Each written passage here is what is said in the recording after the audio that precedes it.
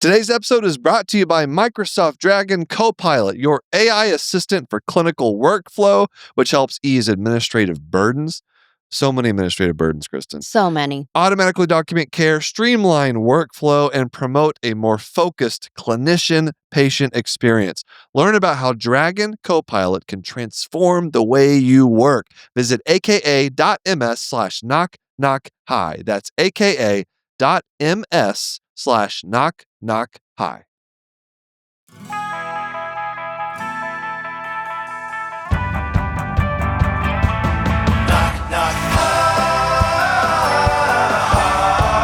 Knock, knock. Hi.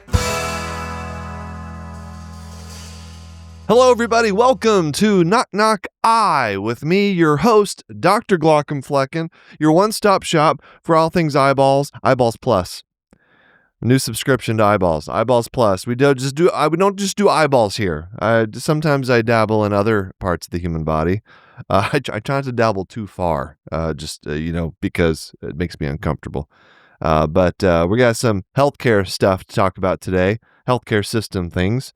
If it looks like I just rolled out of bed, it's because I did. I have an unexpected day off. I was traveling.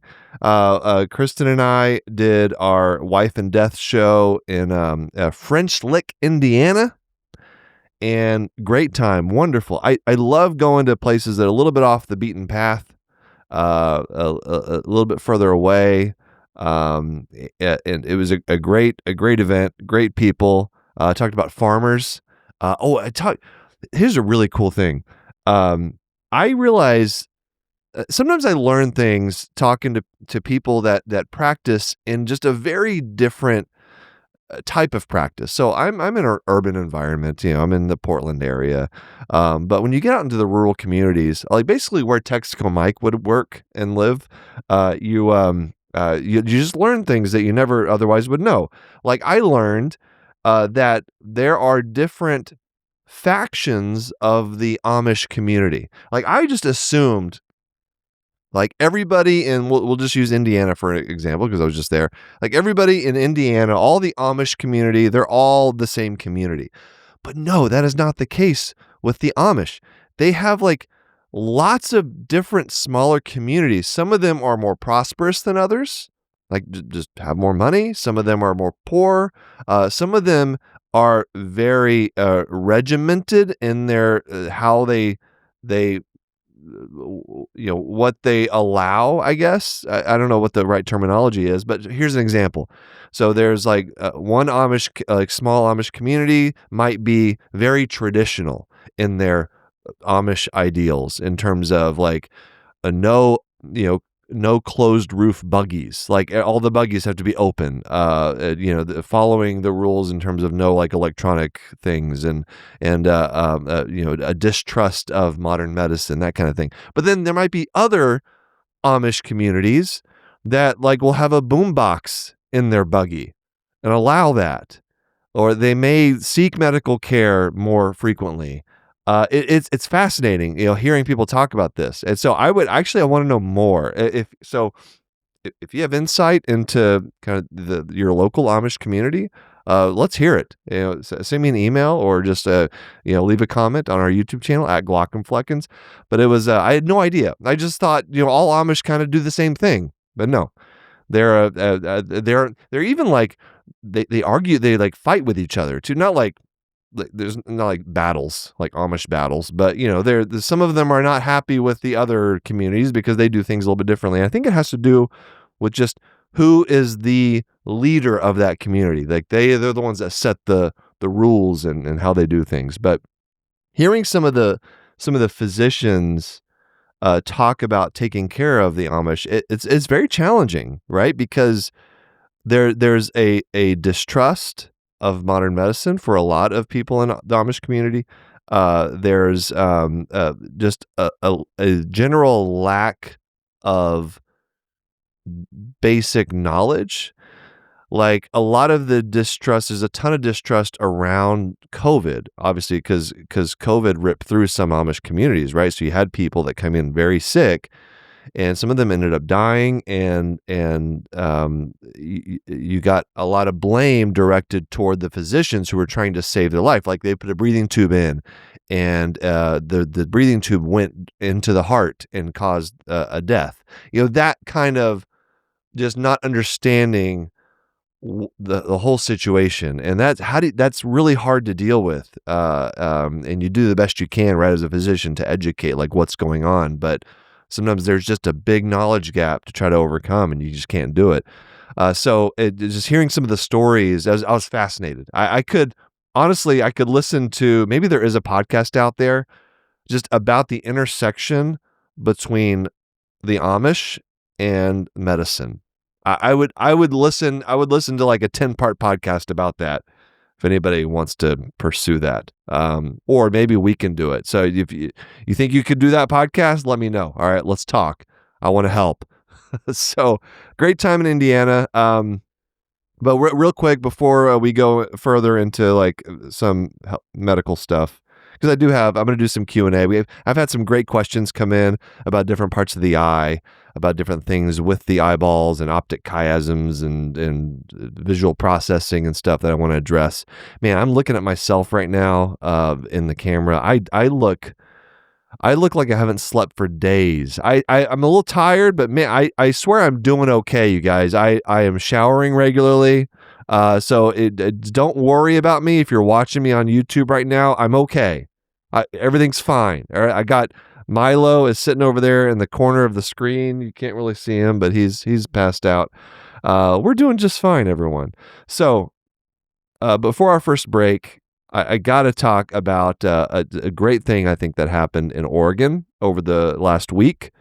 By the time this comes out, it is delayed by a couple weeks. So the governor signed a new law that is the corporate practice of medicine. Basically, it curtails the corporate practice of medicine. What it does is it prohibits private equity firms, private equity in general, from buying up the medical practices. So not hospitals. Hospitals were excluded, which I'm not real happy about. But medical practices cannot now be majority owned by private equity. That's what it is. I'm not sure if there's like a grandfathered clause in there, like practices that are already owned by private equity, can they stay owned or do they have to divest? I'm actually not sure about that point. But going forward, private equity will not be able to buy up and be majority owners in medical practices. So I posted about this on a couple of social media platforms, and every time it's so interesting. When I talk about United Healthcare, like everybody agrees. Like everybody's like, yeah, death to United. Like the insurance companies suck. It's the only thing I can post where everybody agrees with me, which is very rare in social media, which I appreciate, right? It's always fun when everybody agrees with you. It's not quite that, like the response when I talk about private equity is a bit more muted. And it's because obviously I have a huge physician following, and I think people are a little bit uncomfortable because a lot of people sell their practices to private equity or might want to sell to private equity. So it's actually a more complicated. You might think, oh yeah, private equity sucks, it's terrible. And that's how I feel. But there's a lot of people that are not quite sure because, man, can I turn down a $10 million payout? You know what? I get it. I totally understand. You take a physician who's built up a practice, who's working through constant decreases in reimbursement and red tape, prior authorizations, and all of a sudden they have some nameless, faceless company comes out of nowhere and is like, hey, do you want $10 million? Like, who among us? That would be so hard to turn in when you just finished paying off your student loans. You're kind of like, you're getting burned out. You're looking for a way to just not have to be so stressed about medicine. Man, $10 million sounds about right. That sounds pretty good. Like, so thinking of it from that perspective is like, I understand. I understand how people could end up making that decision, but I do think it's making just the healthcare system worse. It's making patient-physician relationships worse. It's worsening the situation we are in with burnout and just feeling awful, pushing people out of medicine. It just I'm not a fan, and that's not a surprise to anybody listening. Like, you guys know, I abhor private equity. So I heard some people pushing back against me because I was like big cheerleader. Yeah, go Governor Kotek about outlawing private equity. Yes, let's do it. I got a little bit of pushback, and basically what people who were not a fan of this law say is that all we're doing is limiting the choices that physician-owned private practices can make with regard to their practice. I hear a lot of, like, there's a lot of struggling practices, and this might be the only way out. I push back on that notion because private equity firms, they do not come after failing practices. Why would they do that? Their whole reason for wanting to buy up a private practice is to get as much of a return on investment as they can as quickly as possible. And then they can sell off the practice to somebody else after 5 to 10 years. And so it's maybe even shorter than that. Maybe the time frame is even shorter than that. So they're not looking at struggling practices. We have a very well-run physician-owned practice, and we get approached by private equity firms all the time. When you're big enough and successful enough, and you run very well, like, you're going to get the attention of private equity. You're not going to. Why would they want to buy a practice that's barely functioning? All right. Unless it's just to roll it up into a bunch of other practices, which I guess is possible. So, but in general, and there may be exceptions to this. In general, you're doing okay if you're generating interest from private equity firms. And so I think a big part of it is just obviously the money, but just the convenience of it, right? You don't have to, it allows you to not have to work on recruiting, and you don't worry as much about, your exit strategy. You're going to get this big payout. And so I think the physicians who are making this decision have to weigh, doing something that's really just good for them and only good for them. Honestly, you sell your practice, it's only going to benefit the people who own that practice, who benefit financially. It's not going to benefit your staff. It's not going to benefit your patients. It's not going to benefit the younger associates who are part of your practice, who didn't join the practice in order for it to be sold to private equity. They joined because they like what you do. They like the physician-owned nature of the practice. So you got to acknowledge it is really, it's a selfish decision. That doesn't mean it's a wrong decision. But it is a decision that just benefits you. And if you want to make that decision, like, it's your practice. You can do that. But I don't like it when people kind of delude themselves into thinking like it's actually a good thing for healthcare. It's a good thing for their patients. It's not. It's not. We have data that shows that private equity-owned hospitals, not private practices, but we have it on hospitals, have worse outcomes at higher costs than physician-owned hospitals. So it's what we know is that it's just not as good. It changes culture almost immediately. I've heard from a lot of people, the culture of the practice changes. And so I'm trying not to. I don't want to vilify physicians for choosing to sell, because it's a personal decision, right? You've built up a practice. Maybe you're strung out and burned out and ready to find a way out of practicing medicine. And so in comes this golden parachute, right? To $10 million. Who among us, right? But I don't think it's the only option. And what this law, I think, will do, I honestly think it will actually promote physician ownership, because now these practices that are doing okay, they're doing fine. That's why they're attracting interest from private equity. If they want out, well, they have to just think differently, right? You have to, maybe it might be a little bit more work. You might have to do a little bit more in terms of trying to recruit younger physicians to come in and take over the practice, maybe buy it from you. Or maybe you have physicians that are mid-career who are looking to get into a state that has no threat of private equity. Maybe they want to come in, or maybe you sell your practice to another practice in the area. You merge your practice with somebody else, and then they can keep running it.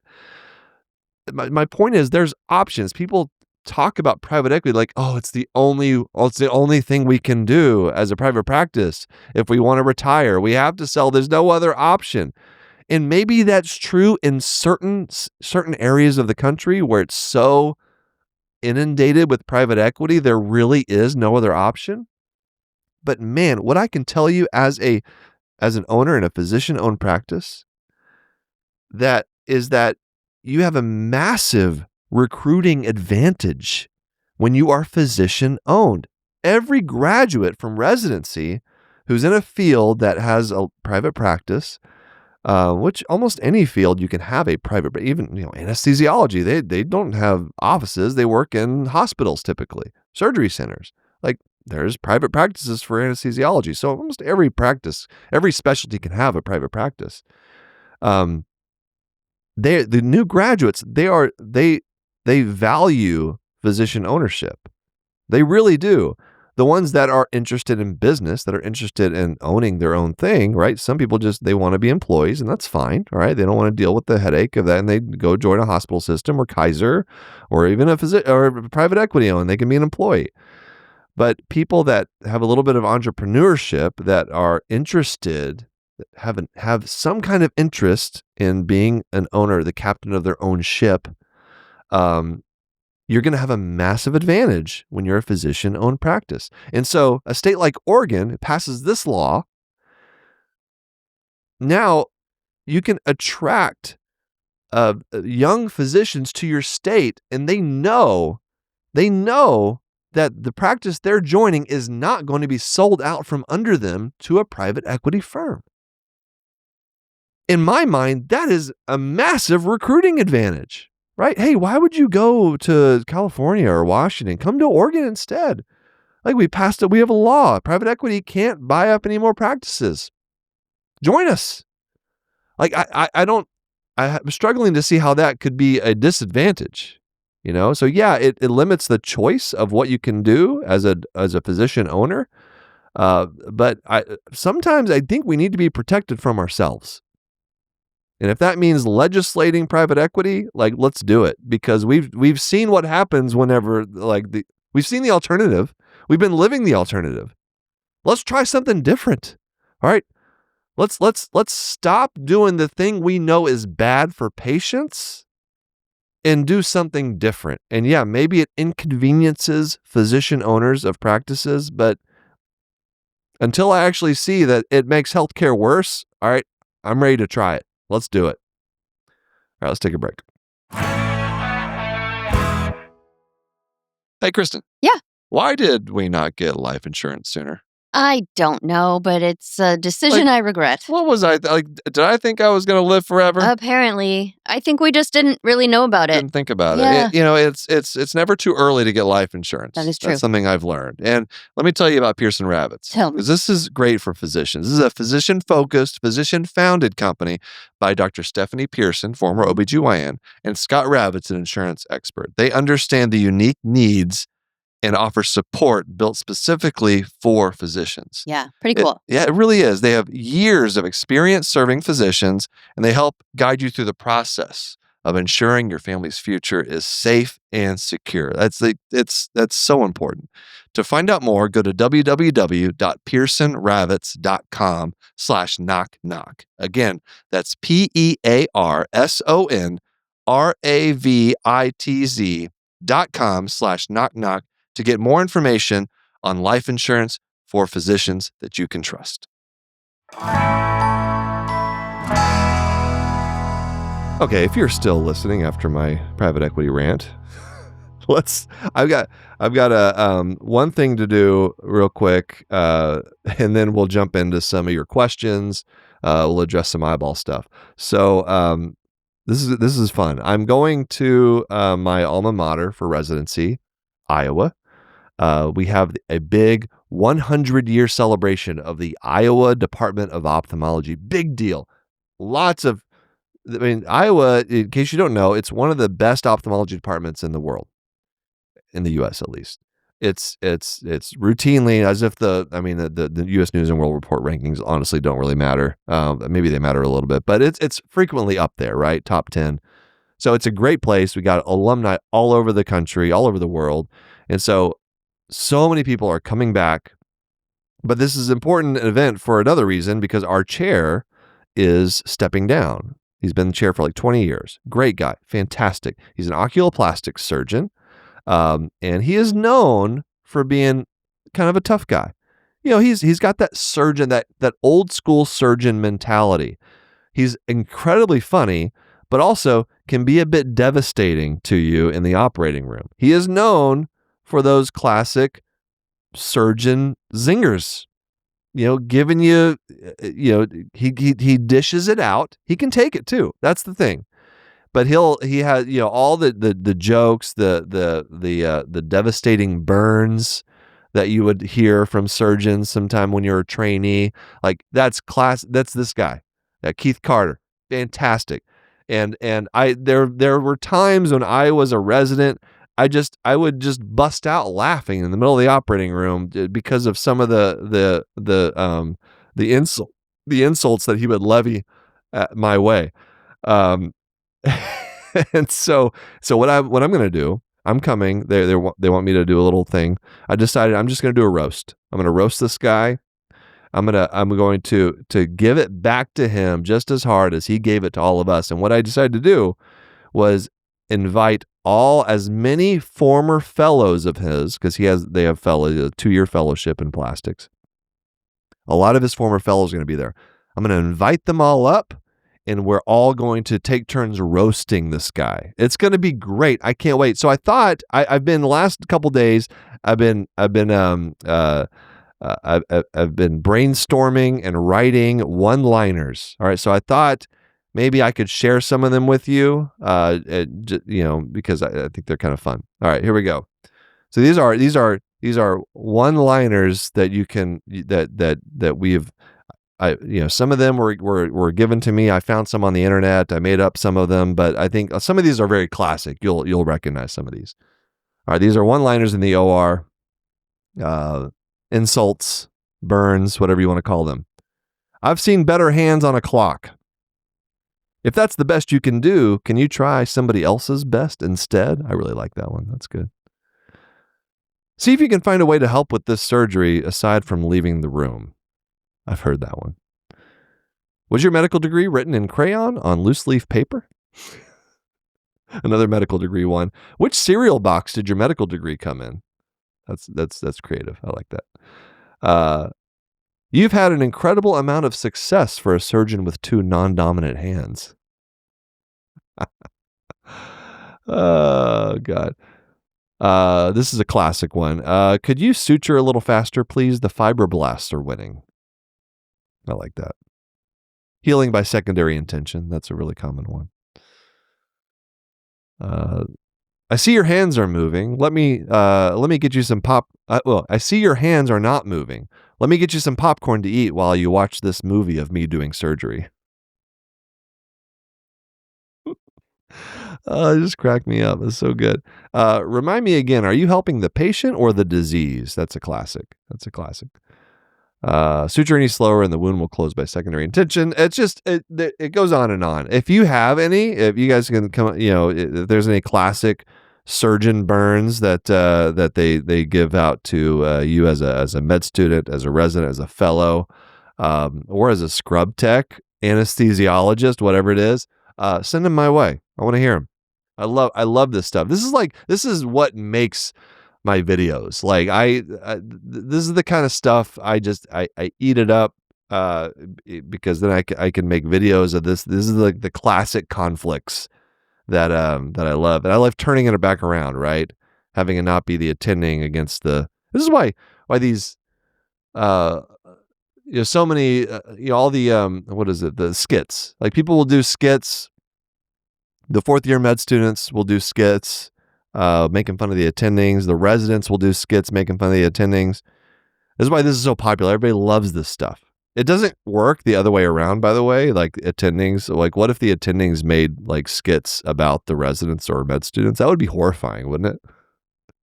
That's just bullying. That's the whole punching down. You don't do that. You punch up. All right. So I think anyway, I'm excited about this. It's happening in a couple days. I'm heading down to Iowa. Hell of a trip to get to Iowa, by the way. But it's great if you've ever been to Iowa. You fly into Cedar Rapids, and you drive down to Iowa City.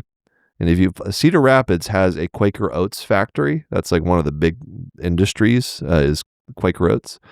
And if you fly in on just the right day, the whole town smells like Captain Crunch berries. It's incredible.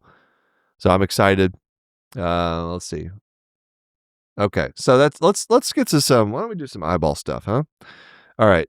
I got some good questions from you guys. I talked a little bit about eye color change surgery on the recent video that was posted.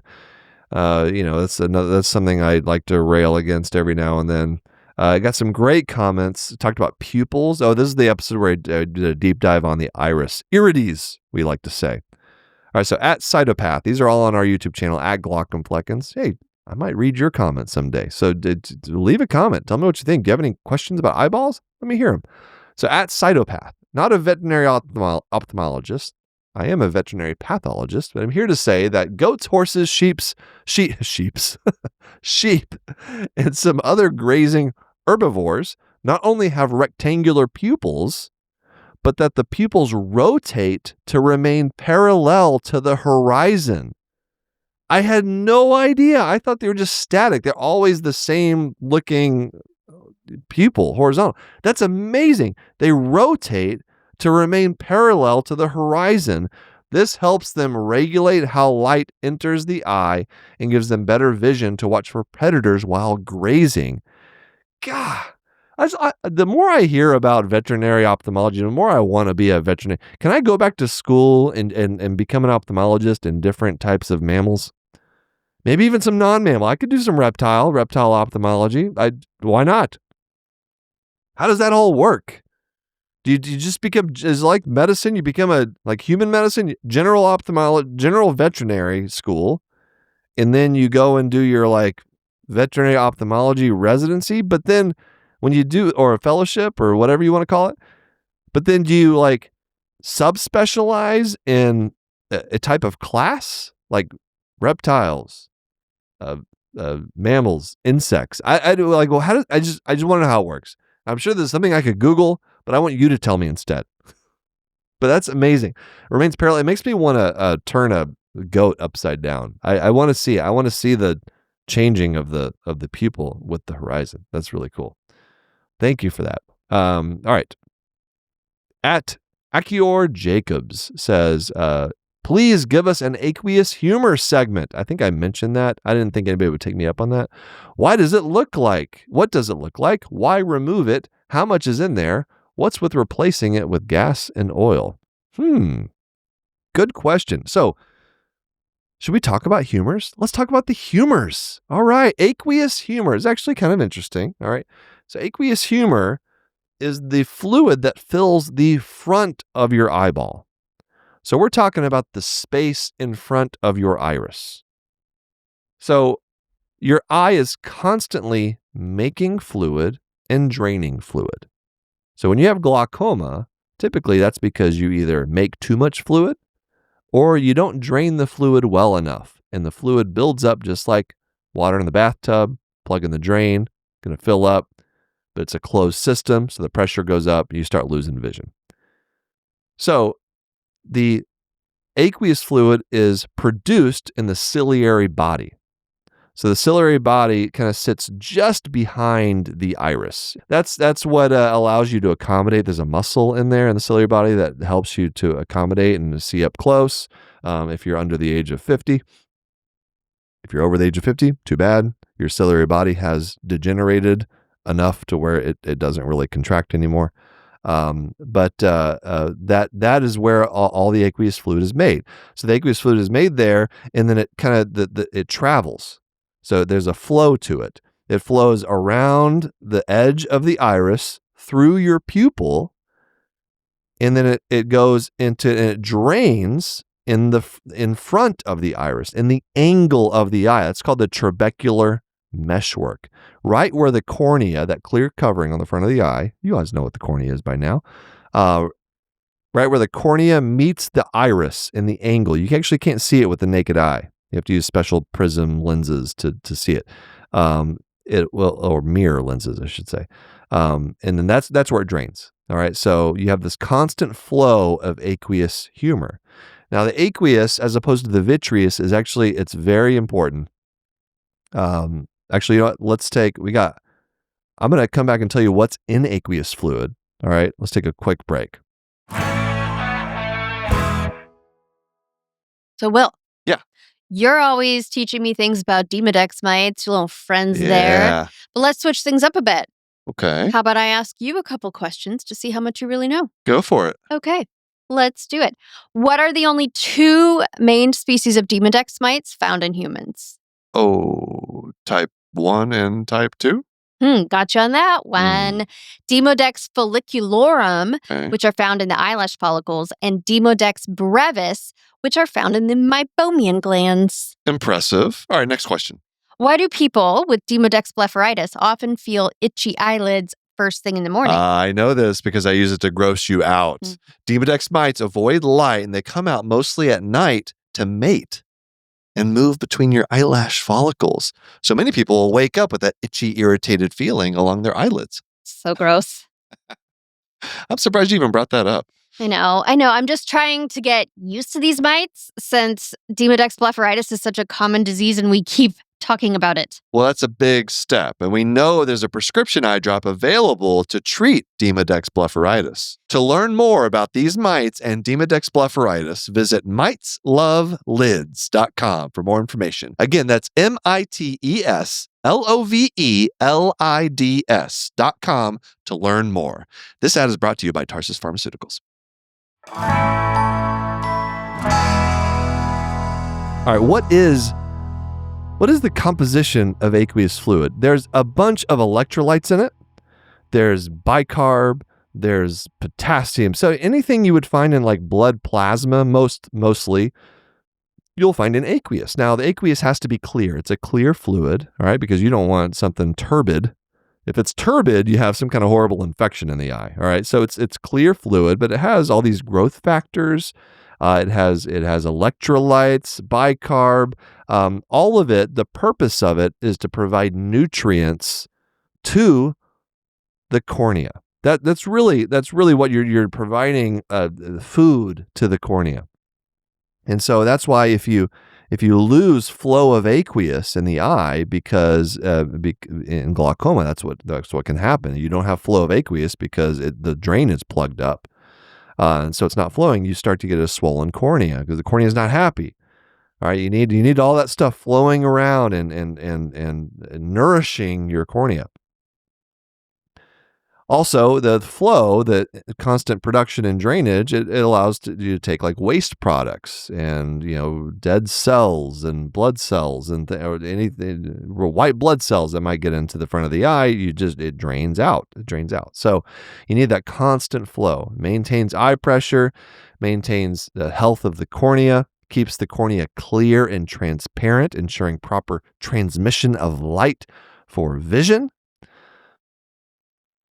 And it's also, but it's different than the vitreous. The vitreous, as opposed to the aqueous, it's a vestigial structure. It's not really an organ. It's a structure. You're born with a bunch of embryonic structures, like there's this big stalk that goes from the front of the eye to the back of the eye that degenerates. But the structure of the back of the eye, the posterior segment, basically behind your lens, it's filled with this jelly-like structure called the vitreous. You don't actually need that. It doesn't provide any real purpose.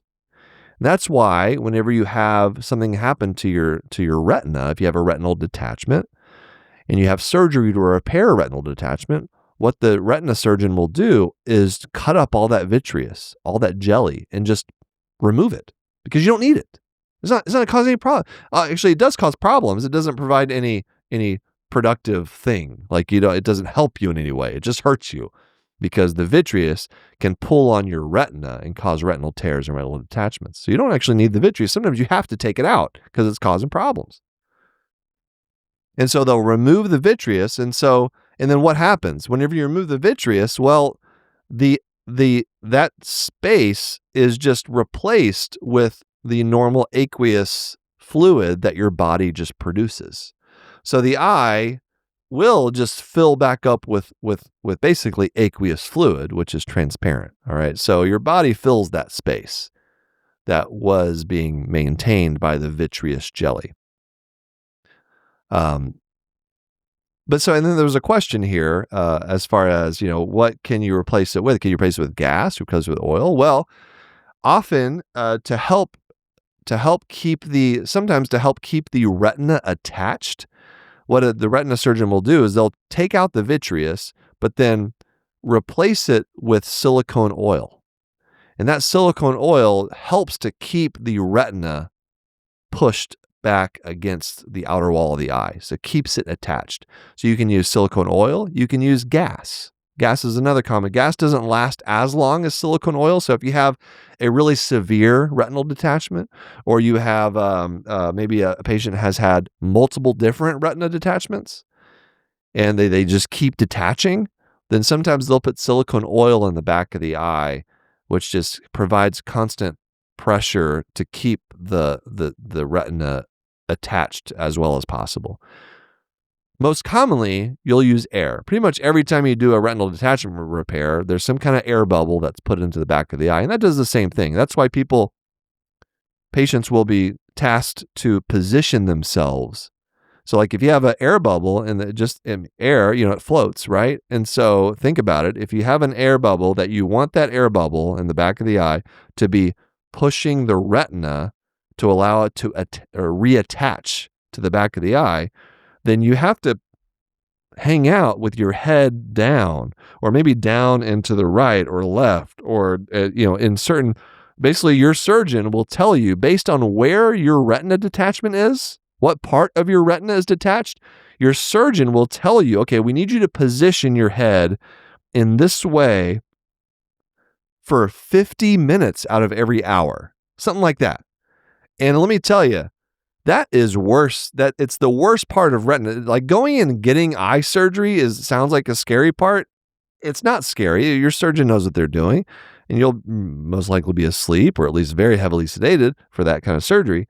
But it's afterwards where you have to position. That's hard for people. I mean, because a lot of patients are older, right? Most patients who get retinal detachments are probably in their 50s, 60s. I know even for me, like it'd be hard to position. My back will start hurting if I'm positioned. I can't lay on my stomach for that long. That wouldn't feel very comfortable, but that's what you have to do for 45 to 50 minutes out of every hour for several days. It can be really, really physically demanding and challenging to do, but sometimes you got to do it to keep your retina attached. So yeah, gas and fluid, it's usually SF6, but sometimes we'll get air that comes up into the front of the eye as well, and that's okay. As long as there's not too much air that actually blocks the drainage system of the eye, that can give you a really sudden, rise in your eye pressure. In general, we don't put a lot of air in the front of the eye. We don't, it's not very often that happens.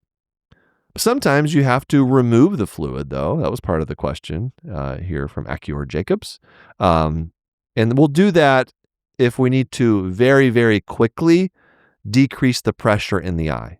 So we'll do what's called an anterior chamber tap. Basically, we could do it right there in the exam room. We just put a 30 gauge needle into the front of the eye through the cornea and just allow the excess aqueous humor to just drain out of the eye. So it's a way to very rapidly decrease eye pressure. So the AC tap. We don't have to do that very often. That can be a little bit tricky to do, especially if someone has a lens, because you don't want to use, with that needle, you don't want to stab the lens or cause any damage to any other structure inside the eye. But yeah, it can be done. So good question. That's all I'm gonna torture you with about aqueous humor. That's all you need to know. I think I had to know like the exact chemical composition of aqueous whenever I was studying for boards, but I have since lost that information for sure. And then one more. This is a great question. Oh, I love this question. Okay, at Jim Belter 2, how or why do the optic nerves cross? Is it at the corpus callosum? No, it's not. Is there a reason why each eye affects the opposite brain hemisphere? So this is one of those great questions that you get from people who are not in your field, that you just kind of, because you're so in depth into your field and so subspecialized, you don't even think about these questions sometimes. Like I can't say I've ever really thought, okay, why exactly is there an optic chiasm in the midbrain of the eye? So it's not in the corpus callosum. All right. So, I guess it's kind of maybe it is in the corpus. I don't know exactly like the structure compared to where the corpus callosum is. It's in the midbrain, which the corpus callosum might be in the midbrain. I'm not sure. I need to review my neuroanatomy, but it's the decussation, the crossing of the nerve fibers that coming from your optic nerve. They cross at the optic chiasm, which is right adjacent to your pituitary gland, kind of right in the middle of your brain. And so I'm pretty sure it's not in the corpus callosum. Someone fact check me on that. But it's in the optic chiasm. But that question of like, well, why does that happen? Like, I don't know. I get like it's I've never really had to think about that. So I actually did some research into this. So exactly why, and it makes sense. It makes sense when you think about it. Logically, I just never had to like actually like mentally come up with an answer here. But it makes sense. So one of the biggest reasons that you need to have a crossing of those fibers to the other side of the brain is to help enable binocular vision and depth perception. So you get the partial crossing of the optic nerve fibers, but because it's partial. That's another thing people don't realize. It's not like the right eye optic nerve completely crosses over to the left side of the brain and vice versa. No, it's actually just like half of the fibers. It's not quite half, but for the sake of argument, you can just think of it as half. Half of the fibers cross over. The other half stays on the right side of the brain. So you have half of the fibers from each optic nerve that cross to the other side. What that does, it allows the merging of those signals from both eyes. So you have each part of the brain has input from each individual eye. And so that allows the eyes to just work together and have basically overlapping visual fields that give you depth perception, that give you that wonderful binocular vision. I don't know for sure, but animals that do not have, God, we're coming back to veterinary medicine again. Animals that do not have binocular vision, I maybe they don't have that crossing. Maybe they have each individual hemisphere of the brain is just purely focused on each eye. But if you want to have the eyes working together to have overlapping visual fields, give you that stereopsis, then you need each hemisphere to have input from each eye. All right, so I think that's kind of the best way I can explain it. It also, having that crossing, apparently it's more efficient to get these signals from the eye to the cortex. So it's just faster. It's like a faster route to the occipital lobe. And that's an evolutionary advantage that I read about, that some people think is that by crossing at the chiasm, it creates more of a direct pathway for information from the visual fields to reach the appropriate brain region. This may have been an evolutionary advantage, allowing for faster processing of visual information and more effective responses to stimuli.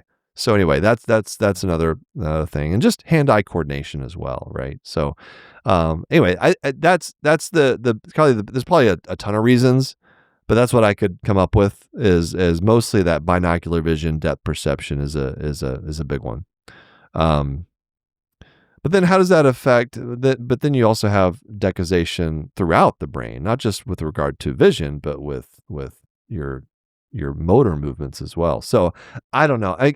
We're getting a little bit outside my area of expertise. We're getting into neurology land, and I don't have my gold-rimmed aviators, and my hair is not long enough to expound intelligently about this topic. So we're going to leave it at that, everybody. I want to thank you for listening. Go leave a comment on our YouTube channel at Glockenfleckens. It's where I get all of these comments that I've been talking about here.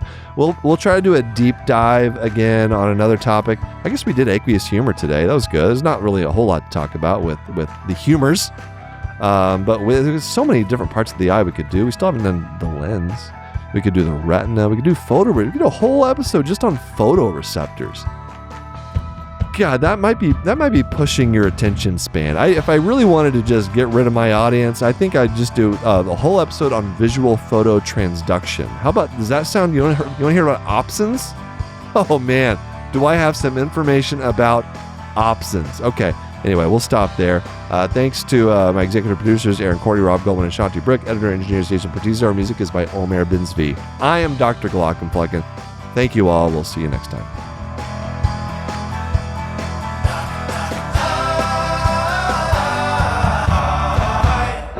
Goodbye.